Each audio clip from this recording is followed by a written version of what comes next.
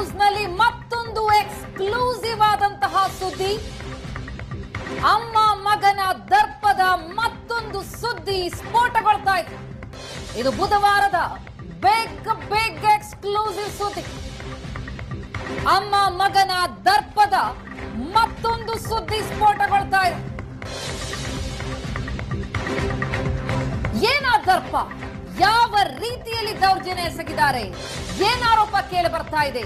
ಯಾವ ಕುಟುಂಬದ ವಿರುದ್ಧ ಕೇಳಿ ಬರ್ತಿರುವಂತಹ ಆರೋಪ ಅನ್ನುವ ಎಕ್ಸ್ಕ್ಲೂಸಿವ್ ಮಾಹಿತಿ. ಭವಾನಿ ರೇವಣ್ಣ ಮತ್ತು ಪ್ರಜ್ವಲ್ ರೇವಣ್ಣ ವಿರುದ್ಧ ಮತ್ತೂ ಒಂದು ಗಂಭೀರ ಆರೋಪ ಕೇಳಿ ಬರ್ತಾ ಇದೆ. ಭವಾನಿ ರೇವಣ್ಣ ಒತ್ತಿದ್ದಕ್ಕೆ ನನಗೆ ಅಬಾರ್ಷನ್ ಆಯ್ತು ಅಂತ ಪ್ರಜ್ವಲ್ ರೇವಣ್ಣ ಮಾಜಿ ಕಾರು ಚಾಲಕನ ಪತ್ನಿ ಶಿಲ್ಪಾ ಹೇಳಿದ್ದಾರೆ. ಕಾರು ಚಾಲಕ ಕಾರ್ತಿಕ್ ಪತ್ನಿ ಶಿಲ್ಪಾ ಸ್ಫೋಟಕ ಆರೋಪ ಮಾಡ್ತಾ ಇದ್ದಾರೆ. ಬಲವಂತವಾಗಿ ನನ್ನಿಂದ ಆಸ್ತಿ ಬರೆಸ್ಕೊಂಡ್ರು, ಕಿಡ್ನಾಪ್ ಮಾಡಿದ್ರು ಅಂತ ಕಾರ್ತಿಕ್ ಆರೋಪಿಸಿದ್ರು. ಈಗ ಕಾರ್ತಿಕ್ ಪತ್ನಿ ಶಿಲ್ಪಾ ಕೂಡ ಆರೋಪಿಸ್ತಾ ಇದ್ದಾರೆ, ಭವಾನಿ ರೇವಣ್ಣ ಒದ್ದಿದ್ದಕ್ಕೆ ನನಗೆ ಅಬಾರ್ಷನ್ ಆಯ್ತು ಅಂತ. ಭವಾನಿ ರೇವಣ್ಣ ವಿರುದ್ಧ ಮತ್ತೂ ಒಂದು ಗಂಭೀರ ಆರೋಪ ಇದೆ. ಎಸ್, ಇದು ಭವಾನಿ ರೇವಣ್ಣ ವಿರುದ್ಧ ಕೇಳಿ ಬರ್ತಾ ಇರುವಂತಹ ಮತ್ತೊಂದು ಗಂಭೀರವಾದಂತಹ ಆರೋಪ. ಭವಾನಿ ರೇವಣ್ಣ ಹಲ್ಲೆ ಬಳಿಕ 3 ತಿಂಗಳ ಗರ್ಭಿಣಿ ಶಿಲ್ಪಾಗೆ ಗರ್ಭಪಾತ. ಹಲ್ಲೆ ವಿಚಾರವನ್ನ ಬಾಯ್ಬಿಟ್ರೆ ಕುಟುಂಬವನ್ನೇ ಮುಗಿಸೋದಾಗಿ ಬೆದರಿಕೆ ಹಾಕಿದ್ರಂತೆ.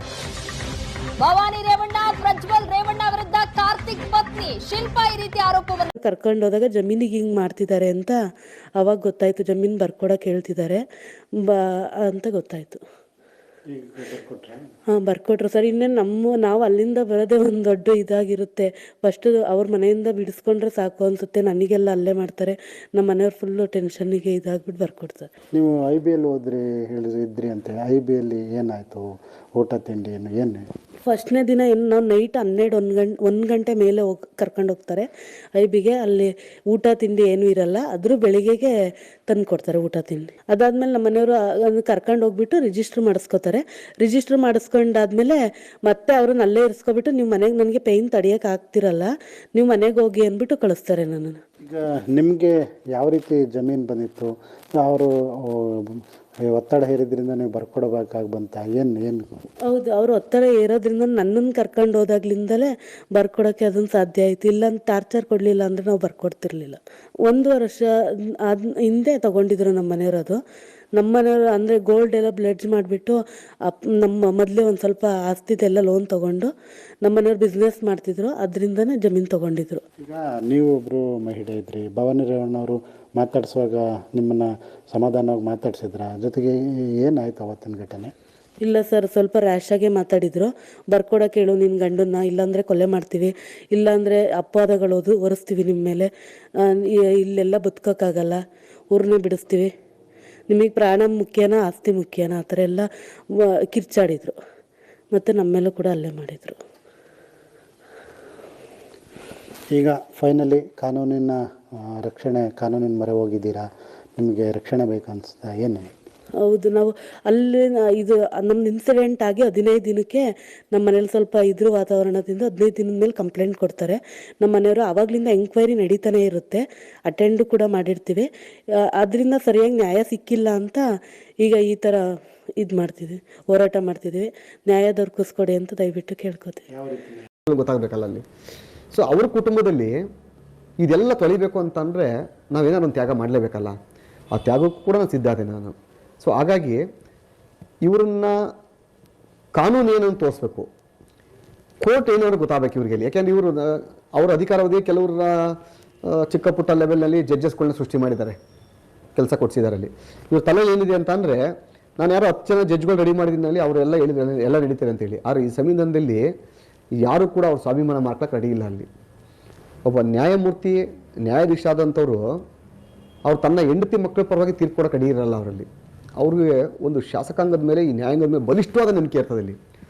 ಅವ್ರಿಗೆ ಬೆಳಗ್ಗೆ ಡಿಕ್ಟೇಷನ್ ಕೊಡ್ಬೇಕಾದ್ರೆ ಅವರಲ್ಲಿ ತೀರ್ಪು ಕೊನೆ ಏನು ಬರ್ತದೆ ಅಂತ ಅವ್ರಿಗೆ ಗೊತ್ತಾಗಲ್ಲ. ಅವ್ರಿಗೆ ಅಲ್ಲಿ ಎಲ್ಲ ದಾಖಲಾತಿ ನೋಡ್ಕೊಂಡು ದಾಖಲಾತಿ ಮೇಲೆ ಸಾಕ್ಷ್ಯಾಧಾರಗಳ ಮೇಲೆ ತೀರ್ಪನ್ನು ಕೊಡ್ತಾರೆ. ಅಲ್ಲಿ ಇವರು ಭ್ರಮೇಲಿ ಏನಿತ್ತು ಅಂತ ಅಂದ್ರೆ, ನಾನು ಒಬ್ಬ ಜಡ್ಜ್ ನೇಮಕ ಮಾಡಿದ್ರೆ ಜಡ್ಜ್ ನಂಪರ ಜಡ್ಜ್ಮೆಂಟ್ ಕೊಡ್ತಾರೆ, ಈ ಭ್ರಮೇಲಿ ಇತ್ಕೊಂಡು ಇವತ್ತು ಎಲ್ಲರೂ ಎದುರಿಸ್ತಾ ಬಂದರು. ಅಲ್ಲಿ ಮೊನ್ನೆನೂ ಕೂಡ ನನ್ನ ಸ್ನೇಹಿತರ ಕೆಲವರೆಲ್ಲ ಮಾತನಾಡ್ತಾ ಇದ್ರು. ಅಲ್ಲಿ ಸರ್ ಅವರೆಲ್ಲ ಜಡ್ಜಸ್ ಫ್ಯಾಮಿಲಿನ ಸೃಷ್ಟಿ ಮಾಡಿದಂಥವ್ರು, ಜಡ್ಜಸ್ ಸಂಬಂಧಿಕರು, ಅವರಲ್ಲಿ ತೀರ್ಪು ನಿಮಗೆ ಬರಲ್ಲ ಅನ್ನೋರು.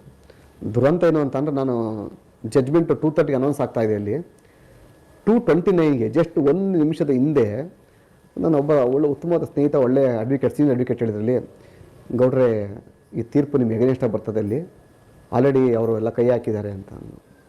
ಮನಸ್ಸಿಗೆ ನೋವಾಯ್ತು, ಇಂಥರ ವ್ಯಕ್ತಿ ಬಾಯಲ್ಲಿ ಇಂಥ ಮಾತು ಬರ್ತಾರೆ. ಆದರೂ ಒಂದು ನನಗೆ ನಂಬಿಕೆ ಅಂತಂದರೆ ಈ ದೇಶದ ನ್ಯಾಯಾಂಗದ ಮೇಲೆ ನಮಗೆ ಬಲಿಷ್ಠವಾದ ನಂಬಿಕೆ ಇದೆ. ಇಲ್ಲಿ ನಮಗೆ ನಾವು ತೊಟ್ಟಿರೋಂಥ ಕೋರ್ಟ್ ನಮಗೆ ಮೋಸ ಮಾಡಲ್ಲ, ನ್ಯಾಯದೇವತೆ ನಮ್ಮನ್ನು ಕೈ ಬಿಡಲ್ಲ ಅನ್ನೋದು ನಂಬಿಕೆ ಇತ್ತು ನನಗೆ.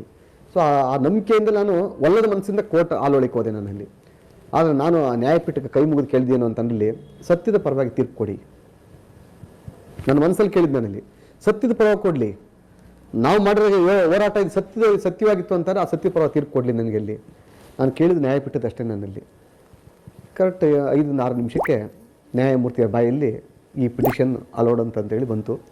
ನಾನು ಶಿರಸಾವರಿಸಿ ವಹಿಸಿ ನಾನು ತಲೆಬಾಗಿ ನಾನು ನ್ಯಾಯಪೀಠಕ್ಕೆ ನಾನು ತಲೆಬಾಗಿದೆ. ನನ್ನಲ್ಲಿ ನನ್ನ ಇನ್ನೊಂದು ತಮ್ಮ ಮಾಧ್ಯಮದ ಮುಖಾಂತರ ಹೇಳಲಿಕ್ಕೆ ಇಚ್ಛೆಪಡ್ತೀನಿ. ನನ್ನಲ್ಲಿ ಇವತ್ತು ನನ್ನ ಬದುಕಿನ ಭಾಳ ವಿಶಿಷ್ಟವಾದ ದಿವಸ ಆಗಿತ್ತಲ್ಲಿ.